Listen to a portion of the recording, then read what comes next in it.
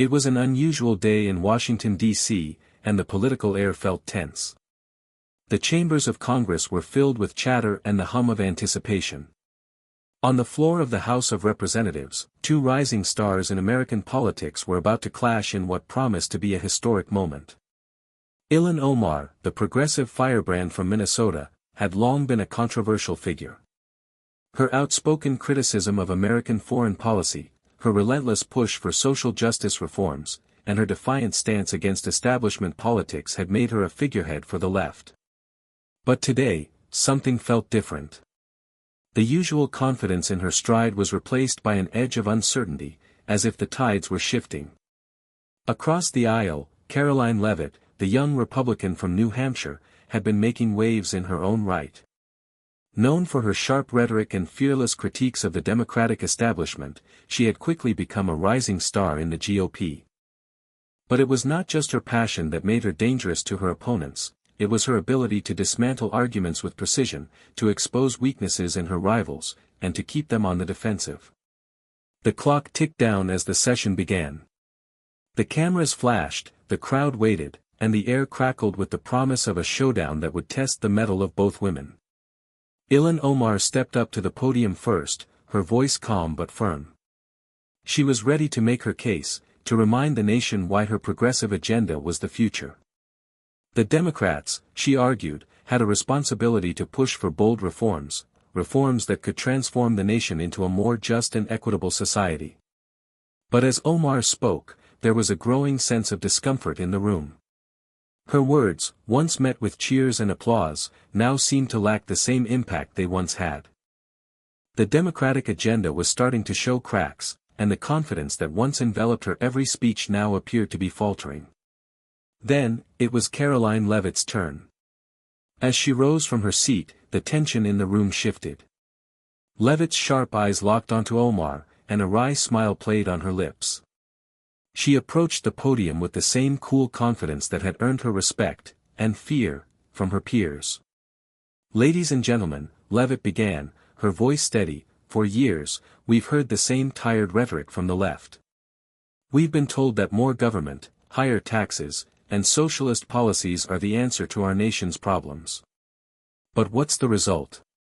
Higher costs, fewer opportunities, and a weakened America." The room went silent. Leavitt continued, her tone growing more forceful with every word. "It's time to stop the lies. It's time to stop the policies that hurt the American people. And it's time to shut down the Democrats who've been selling us a fantasy of a utopia that only exists in their dreams." Omar shifted uncomfortably. She had faced opposition before, but this was different. Leavitt wasn't just attacking her policies, she was attacking the very foundation of the left's ideological narrative. And the audience was listening. As Karoline Leavitt's words echoed through the chamber, there was an unmistakable shift in the atmosphere. The usual partisan divide was still present, but the confidence that Ilhan Omar once held seemed to be slipping away. Leavitt's speech was calculated, each word landing with the precision of a surgeon's scalpel. Her attacks on the Democrats' policies were not just criticisms, they were indictments of a failed system, one that promised utopia but delivered division and economic strife. Omar, once a fierce advocate, the room, once wrapped with attention during her speeches, was now hanging on every word the Republican offered. Omar tried to compose herself, but there was an edge in her voice when she finally retorted. "You don't understand, Karoline," Omar shot back, her voice trembling slightly. "The policies we're pushing aren't just about tax cuts and deregulation. They are about lifting up the marginalized, fighting for the rights of the oppressed, and building a society where everyone has an equal chance at success. The policies you're pushing, they're not just wrong. They're dangerous. They only benefit the rich and powerful." Leavitt wasn't fazed. Her response was immediate, calm, and cutting. "That's exactly the problem, Ilhan. You're so focused on creating a perfect world, you've forgotten about the real one. Your policies don't lift people up, they trap them in dependency. They don't empower the oppressed, they stifle their ability to succeed on their own. The left's solutions aren't solutions. They're chains. The crowd, which had once been behind Omar's progressive rhetoric, was now split. Leavitt's directness was striking a chord, while Omar's impassioned pleas for equity seemed increasingly out of touch with the mood in the room. Omar, sensing the shift, took a deep breath. Her eyes flickered with frustration, and she tried to regain control of the narrative. You can't just reduce everything to a simple talking point, Karoline. People are suffering. Look at the communities we're fighting for, the ones left behind by this system. My policies are aimed at giving them the tools they need to succeed. You talk about freedom, but what good is freedom if it's only available to the few who already have it? Leavitt's expression hardened, and she leaned forward slightly. Freedom isn't about giving handouts, Ilhan. It's about giving people the power to stand on their own 2 feet. It's about creating a country where everyone, no matter their background, can rise up through hard work, not government handouts. And I'll tell you this, the people you claim to fight for are waking up to that fact. They're starting to realize that what you're offering is not hope, it's a cycle of dependency. There was a sharp intake of breath from the audience. Leavitt's words had landed, and the impact was unmistakable. It was as though Omar's arguments were suddenly being dissected in real time, and they were crumbling under the weight of Leavitt's logic. The Democratic base, once united under the banner of Omar's progressive vision, was beginning to waver. Omar, visibly shaken now, tried to keep the momentum alive. She spoke faster, her words a blur as she attempted to force the narrative back in her favor. The right's version of freedom isn't real freedom, Karoline. It's a myth that only benefits the powerful. We're not asking for handouts, we're demanding equality. We're demanding justice. But the damage had already been done. Leavitt had effectively framed the argument in a way that made Omar's progressive ideals seem like a fantasy, an unattainable dream that only led to a government-run nightmare. The Democrats' grand promises were now being questioned, and the cracks in their armor were growing wider. The debate was far from over, but it was clear, Karoline Leavitt had struck a powerful blow, and Ilhan Omar was struggling to keep her ground. The room was divided, but one thing was certain, this was no longer a debate about policies. It was a battle for the future of the American political narrative, and Karoline Leavitt had just delivered a game-changing punch. The tension in the chamber reached a fever pitch. Ilhan Omar's defiance, once a hallmark of her political identity, was beginning to fade under the weight of Karoline Leavitt's precision and relentless critique. The Democratic Congresswoman's usual bravado, built on years of championing progressive causes, now seemed like an illusion, a facade cracking beneath the sharp, undeniable truths Leavitt had just laid out. The room was split, but the Republicans were loud, their applause filling the air as Leavitt's final remarks continued to resonate. Omar, struggling to maintain her composure, knew that her credibility was on the line. She needed something, anything, to turn the tide back in her favor. But instead of finding her footing, Omar found herself digging deeper into a hole. The usual talking points about systemic oppression and social justice began to ring hollow, like an old script she had delivered too many times without new substance. Leavitt's calm but calculated response had rattled her, and now the vulnerability was palpable. Omar stood, grasping at her notes as if the words would somehow hold her steady. She finally spoke, her voice shaky yet fierce. You think this is about just winning votes, Karoline? This isn't about politics, it's about lives. The lives of those who are being crushed by an economic system that benefits the wealthy and leaves everyone else to fend for themselves. I will not sit here and let you reduce that struggle to a mere talking point. Leavitt didn't flinch. You can call it whatever you want, Ilhan, but when people are working 2 or 3 jobs just to make ends meet, it's not about political theory. It's about survival. And your policies are making that harder, not easier. You think you're helping, but you're keeping people in poverty. You're telling them that they need the government to fix their lives instead of giving them the tools to do it themselves. The audience was in an uproar now, divided between the two sides. Some were still chanting the praises of Omar's vision, but many had been swayed by Leavitt's straightforward approach and undeniable logic. The debate had taken an unexpected turn, and it was becoming clear that this was no longer a conversation about ideals, it was a battle of values, with the future of American politics hanging in the balance. Omar took a step forward, her eyes narrowing, but Leavitt didn't back down. Their gaze locked, and for a brief moment, it was as if the entire room was holding its breath, waiting for the next move. "I didn't come here to lose, Karoline," Omar said, her voice cold and determined. "You may think you've won the day, but this fight is far from over. What you're doing, what you're advocating for, is the same old playbook that's kept people like me and my constituents down for years. You talk about freedom, but it's just a mask for more oppression, more inequality." Leavitt smirked. "You don't get it, Ilhan. You're not fighting for equality. You're fighting to keep the same broken system in place.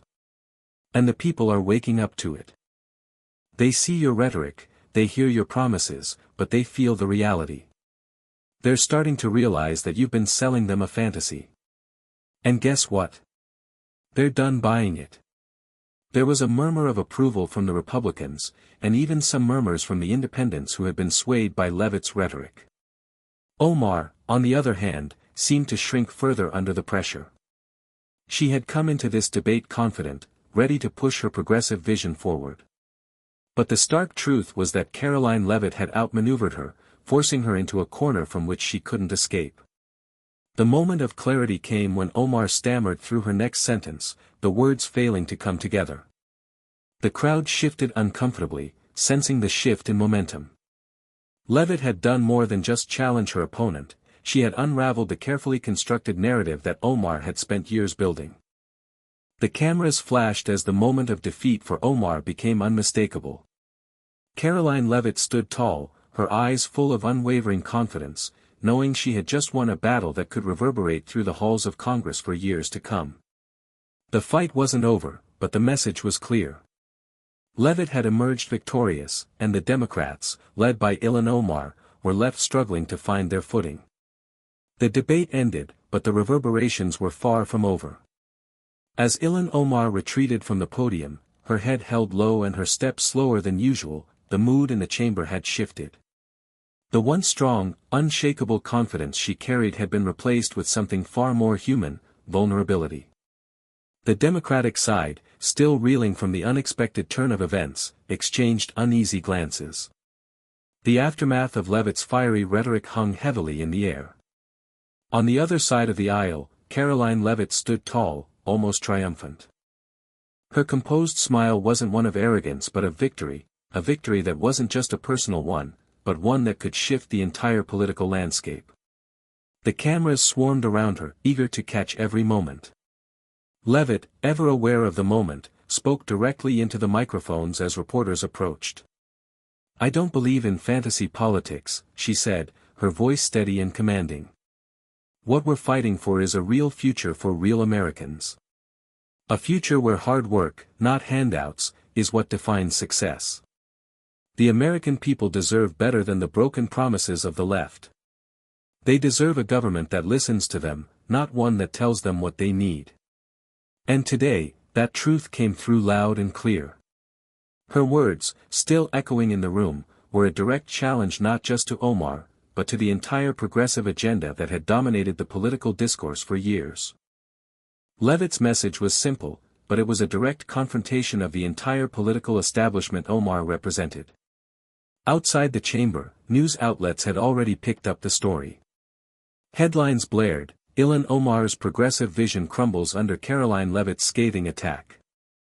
Social media exploded, with clips of Leavitt's speech going viral. The Republican base was in a frenzy, celebrating what they viewed as a complete dismantling of a key figure in the left-wing movement. Omar, now in the hallway, was surrounded by her fellow Democrats. There were no words of victory, no celebrations. Only quiet murmurs and consoling pats on the back. Some tried to reassure her, others questioned her tactics. The unity that had once defined her position was now fractured. She had been publicly outmaneuvered, and the damage was palpable. Omar's aide, a young strategist named Emily, stepped forward, her voice filled with concern. "Ilhan, we need to address this. The media will have a field day with this. You can't just let it slide. Omar exhaled deeply, her eyes staring at the ground. I know, Emily. I know. But I wasn't ready for it. Leavitt was too precise, too quick. She didn't just attack my policies, she attacked everything we stand for. It felt like the entire narrative just crumbled. Emily hesitated, clearly conflicted. It's not just about you, Ilhan. It's about the movement. If we don't respond, we risk losing everything we've built. Omar nodded slowly, the weight of the moment pressing down on her. She knew that the coming days would require an immense amount of effort to rebuild. But more than that, she needed to redefine her strategy, if she could even do that. The progressive agenda she had spent years championing now seemed fragile, vulnerable to the type of attack Leavitt had launched with precision. Meanwhile, back in Leavitt's camp, the atmosphere was one of celebration. She had emerged victorious, and the political world was buzzing with the ramifications. She wasn't just a rising star anymore, she was the future of the Republican Party, poised to take on the establishment with a new, invigorating brand of conservatism that spoke to the frustrations of Middle America. Her campaign manager, Rick, gave her a brief hug as the excitement swirled around her. You did it, Karoline. You took her down. The media's already running with it, they're calling it a turning point. Leavitt's smile didn't fade. It's just the beginning. We've got a long way to go, Rick. But this moment? This is proof that the people are ready for change. They don't want the same old politics. And if they can see it now, if we can show them that the Democrats don't have the answers, we can win it all. It was clear that Leavitt wasn't just playing for today, she was playing for the long game. With the momentum on her side, the Republican base rallying behind her, and the left in disarray, she was setting herself up to be a formidable force in the coming years. For Ilhan Omar, the path forward wasn't just about responding to the attack, it was about redefining her place in a rapidly changing political landscape. The Democrats would have to rethink their strategy, or risk losing the narrative altogether. The battle had only just begun, but the stakes were higher than ever. The aftermath of the debate hung over Washington like a storm cloud, dark and heavy, waiting to unleash. Ilhan Omar knew that in order to salvage her standing, not just in the eyes of her party, but in the eyes of the American people, she would need to do more than just regroup. She needed a comeback. Something bold. Something that could pull her out of the corner Leavitt had backed her into. The next morning, Omar's phone buzzed incessantly with text messages, emails, and news alerts. Headlines flooded in from every corner. Omar flounders after Leavitt's crushing blow, the Democratic Party's progressive agenda in crisis, and Leavitt's victory signals the shift toward a new Republican era. The word stung, but Omar wasn't going to let this moment define her. She had spent years cultivating her voice in Congress, pushing for policies she believed could change the nation for the better. This was a setback, yes, but not the end. Sitting in her office with her trusted aides and advisors, Omar laid out her strategy. We're not giving up, she said, her voice firm, a flicker of the old fire returning. Leavitt may have won the battle, but this war is far from over. It's time we show the American people that our vision for the future is the right one. We need to take this moment, this attack, and turn it into our advantage. One of her advisors, a seasoned political strategist named Michael, spoke up. Ilhan, the pressure's on. Leavitt has captured the moment, and the right-wing media is already running with it. You're facing a strong wave of opposition, and your credibility has taken a hit. But if we can refocus on what we stand for, if we make the case for why progressive policies are necessary, not just idealistic, we might just shift the conversation. Omar nodded, her mind racing through options. She knew that a defensive posture wouldn't work. She needed to get ahead of the narrative and reclaim control. The next day, she would speak to the nation, to show that her message hadn't changed, that her resolve hadn't faltered. She would address Leavitt's attacks head-on but also reframe the debate in a way that highlighted the real-life consequences of the Republican agenda. Meanwhile, Karoline Leavitt was already capitalizing on her victory.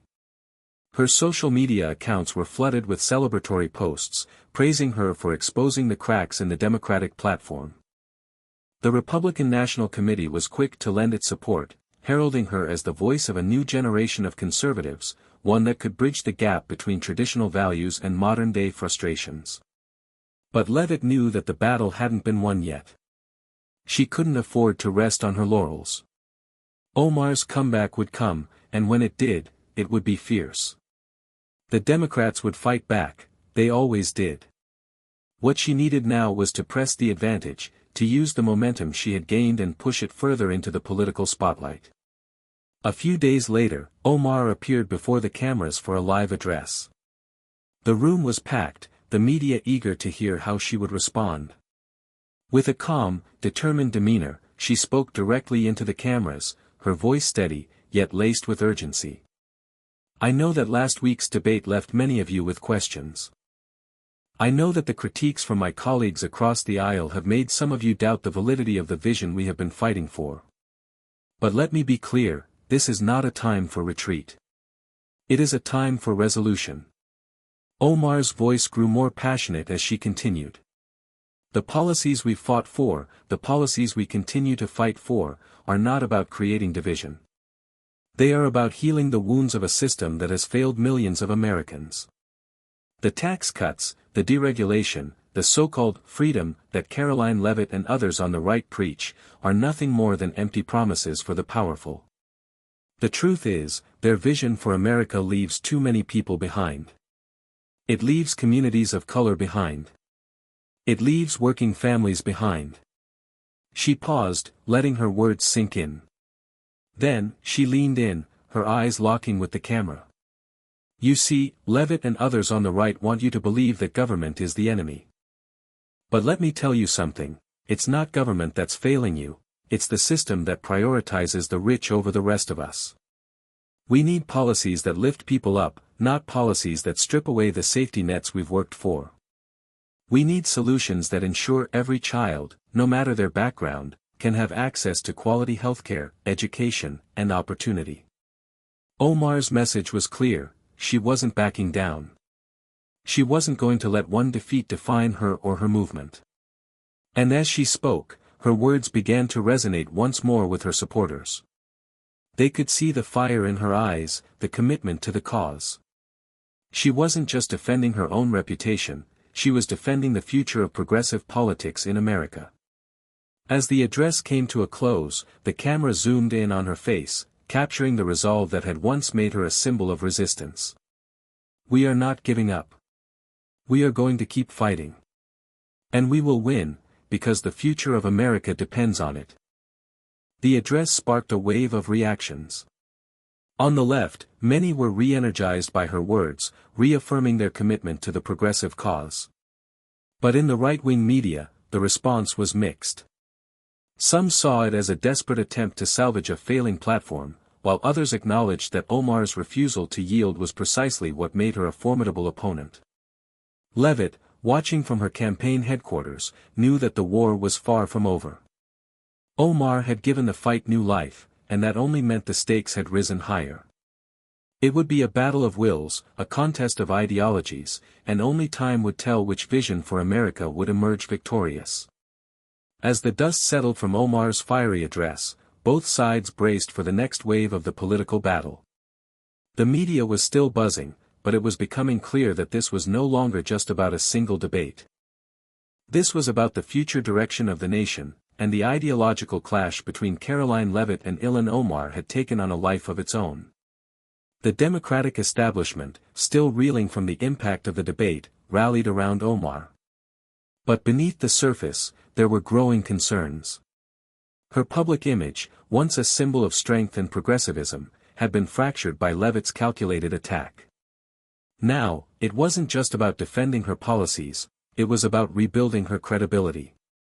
Omar knew that she had to make a decisive move. She couldn't afford to wait for Leavitt's next attack to hit, she had to take control of the narrative before it slipped further from her grasp. The following week, Omar launched a national tour, traveling across key battleground states with a simple message: the fight for progressive change is not over. It was a bold move, one that spoke to her belief that the people would rally behind her vision if they truly understood the stakes.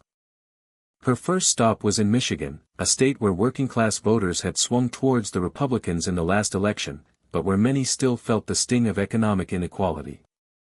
Omar stood before a packed auditorium, surrounded by supporters who were eager to hear from the leader they believed could bring real change. "You've heard the criticisms," Omar began, her voice steady. "You've heard the attacks from the right, telling you that our progressive policies are too radical, too extreme. But let me ask you this, when was the last time the system truly worked for you? When was the last time the rich paid their fair share while your families struggled to make ends meet?" The crowd erupted in applause, and Omar's confidence began to rebuild. She had found her rhythm again. This wasn't about just defending her platform, it was about speaking to the real-world consequences of Republican policies. "We've had enough of the trickle-down lies," Omar continued. "We've had enough of the corporate welfare, the tax cuts for the rich, the deregulation that harms our planet. Our children are suffering, our healthcare system is broken, and too many of us are stuck in a cycle of poverty. But we have the power to change that. We don't need more of the same. We need a new vision for America. A vision that works for everyone, not just the wealthy elite." The response was electrifying. The people in the room weren't just clapping, they were standing, cheering, fully committed to the cause. Omar's words were hitting home, and she could feel the energy shifting in her favor. Meanwhile, Karoline Leavitt, never one to shy away from a challenge, watched the rally from afar. She had been preparing for this. She knew that Omar's national tour was an attempt to regain momentum, but Leavitt wasn't worried. She had her own plan in motion. Leavitt's next move was equally calculated. She scheduled a series of town halls across several red states, focusing on the very issues Omar had raised. But where Omar had painted a picture of a broken system, Leavitt was going to offer solutions that resonated with her base. Her message was clear: it wasn't about dismantling the system, it was about rebuilding it from the ground up, with less government interference and more opportunity for the American people. At her first town hall in Ohio, Leavitt faced a packed room of voters eager to hear from the woman who had taken down one of the left's most vocal advocates. With a calm but assertive demeanor, she began her remarks. "You've heard the promises from the other side," Leavitt said, gesturing to the television screens that had been playing clips of Omar's speeches. "Promises of free healthcare, free college, and a system that they claim will solve all our problems. But let's be clear, these aren't solutions. These are traps. They're traps that keep you dependent on the government, unable to build the life you deserve." The crowd murmured in agreement. "What we need is a system that empowers you, the hardworking American. We need policies that reduce government interference, lower taxes, and create an environment where small businesses can thrive. We need to get the government out of your life so that you can take control of your future." Leavitt's words were a direct challenge to Omar's progressive vision, but they resonated deeply with the conservative crowd. They weren't just applauding, they were energized. This wasn't just a politician talking to them. This was someone who understood their struggles and was offering a path forward. As the town hall continued, Leavitt painted a picture of America that was rooted in individualism and self-reliance. She positioned herself as the champion of those who felt forgotten by the political elite, and her arguments were both pointed and effective. She didn't just critique Omar's policies, she gave a vision of what America could be if they rejected the left's agenda and embraced a more traditional, free-market approach. The battle lines were drawn even deeper. Omar's message of equity and social justice was now being directly countered by Leavitt's call for personal freedom and economic opportunity. It was clear that this wasn't just a debate between two individuals, it was a clash of ideologies, one that would define the next era of American politics. As the two continued to build their campaigns, the stakes were higher than ever. For Omar, it was a fight to preserve the future of progressive ideals. For Leavitt, it was an opportunity to reshape the Republican Party in her own image, to cement herself as the face of a new generation of conservatism. But one thing was certain, this was a battle that neither side could afford to lose. The political storm was at its peak. The country was divided, and both Karoline Leavitt and Ilhan Omar had become symbols of the two opposing forces that had come to define the current political landscape. Each had spent months on the campaign trail, drawing sharp battle lines and galvanizing their bases. But as the days ticked down to election day, the final showdown was quickly approaching. In the final days leading up to the election, both leaders made their final push. The stakes couldn't have been higher. The country was watching, and the battle for the soul of America was about to reach its climax. Ilhan Omar, determined to prove that her vision was the one the nation needed, had spent the last few weeks traveling the country, from urban centers to working-class towns.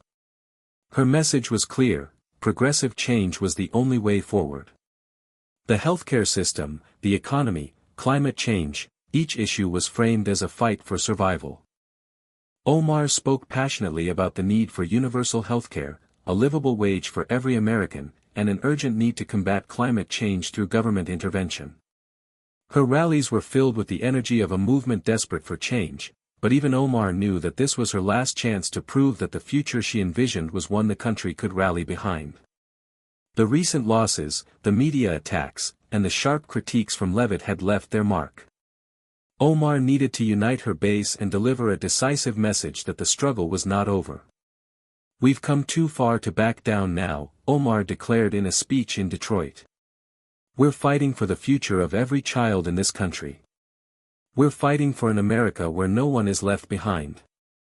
And we won't stop until every American has access to healthcare, a living wage, and a future free from the tyranny of climate change." Meanwhile, Karoline Leavitt was also ramping up her campaign. The Republican base, fired up by her earlier successes, had rallied behind her as the face of a new, more populist Republican Party. Leavitt's message was simple but powerful: lower taxes, less government, and more freedom. It was a call for personal responsibility, individual liberty, and a rejection of what she called the big government, socialist agenda of the left. Leavitt's speeches had become more pointed, her critiques of Omar and the Democrats sharper. The contrast was stark: Omar was fighting for government intervention and collective action, while Leavitt preached the importance of individual empowerment and a market-driven economy. "The Democrats want you to believe that the government can solve your problems," Leavitt said at a rally in Georgia. "But what we need is not more government, we need less. We need a government that respects your freedom, your ability to work hard and build a life for yourself, without the interference of Washington. We need an America where every citizen is empowered to succeed, not dependent on the government to tell them how." Leavitt's words were met with cheers from the crowd, their faith in her growing stronger with each rally. The Republican Party was fully behind her, and the energy at her events was palpable. She wasn't just campaigning for votes, she was campaigning for a new America, one where conservative values could take center stage. As election day arrived, the country was on edge. Early voting numbers were high, and both parties were anxious. The polls showed a neck-and-neck race in several key battleground states, with both Leavitt and Omar in fierce competition for the support of independent voters, women, and working-class families. It was clear that the election would come down to the wire. As the results began to trickle in, the tension reached a fever pitch. In Michigan, Omar's stronghold, the numbers were tight, but she held a slight lead. Leavitt, however, was dominating in the rural areas, where her message of freedom and less government had resonated deeply. The cities were leaning toward Omar, but the suburbs were proving to be more favorable to Leavitt's call for a return to conservative values. By the time the polls closed in Pennsylvania, the race had become too close to call. But as the night wore on, it became clear that Leavitt's strategy of speaking to the heartland had paid off. The rural areas, energized by her populist message, had turned out in droves. Her victory in these areas gave her a slim but crucial lead in the battleground states. As the final numbers rolled in, Leavitt's victory was confirmed. The Republican Party had swept to victory in key states, and Karoline Leavitt was poised to become the new face of the GOP.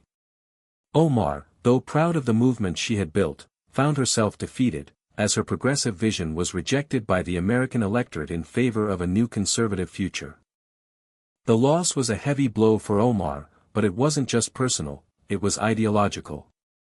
Her vision of a progressive America had been soundly rejected by the voters. It was clear that the future of the country was shifting, and Leavitt's call for a return to freedom, individualism, and limited government had won the day. In her concession speech, Omar was calm but resolute. "This is not the end of our fight," she said. "This is a setback, but the struggle for a better America continues. We will keep pushing for justice, equality, and opportunity for all. Our work is far from done." Leavitt, in her victory speech, acknowledged the magnitude of the moment. "Tonight, we have won more than just an election," she said, her voice filled with pride. "We've won the future. We've shown that the American people are ready for a new vision, one that empowers individuals, one that trusts in the greatness of our nation, and one that rejects the failed policies of the left." The battle was over, but the war was just beginning. The shifting tides of American politics had made their mark, and for Karoline Leavitt, the future was hers to shape.